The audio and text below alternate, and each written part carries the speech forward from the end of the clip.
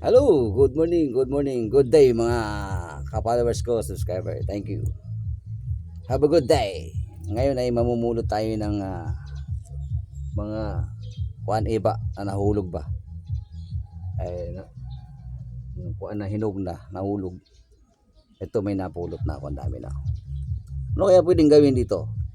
Pwede ba gawin tong ano? Subukan ko kaya i-blender, no? Ta-blender tapos gawing juice.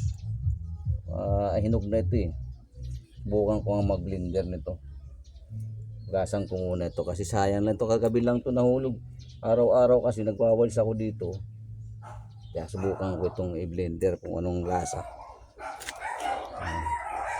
Pero siguro baka yung ano na, yung mga fresh na lang. Sa ngayon, kasi hinog na ito. Maganda dito eh, sinain ni isda. Pili nga ako mamaya ng sinain ni isda. Dami na uhulog. Ayun o. Dami na. Ayan. Kaya. Wala pa tayo. Dami. Hulog tayo ng pulot. Uhulog kasi dami.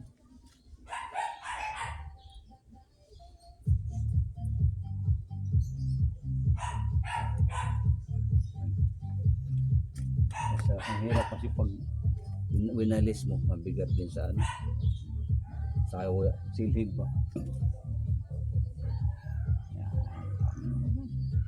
Ganda kasi.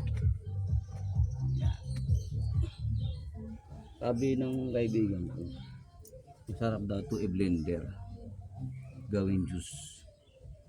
Lagyan ng lukang kukuha nito. Ano katabis. O dami no. Araw-araw ito nahuhulog yung mga ano. Iba ano. Kamyas ba tawag ito? Alright, madami na oh. Ito naman, ang dami pa kasi yan no. Ayan oh. Yan, hanggang sa taas pa yan, marami pa.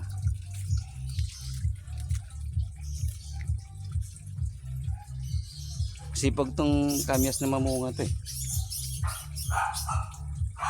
Lah, nakuha yung pusa na.